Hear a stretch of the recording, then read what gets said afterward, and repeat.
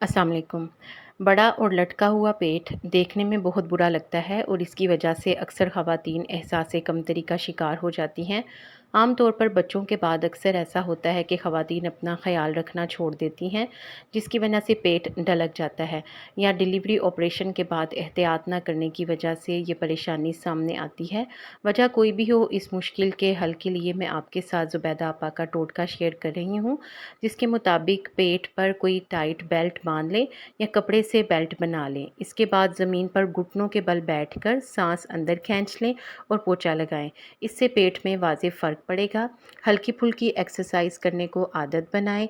सीढ़ियाँ जल्दी जल्दी उतरें और चढ़ें और सांस रोक कर या अंदर खींच कर ये प्रैक्टिस करें। इसके अलावा आधा चाय का चम्मच दालचीनी पाउडर सुबह निहार मुँह खाएं। इससे पेट ठीक रहेगा, कब्ज़ नहीं होगी।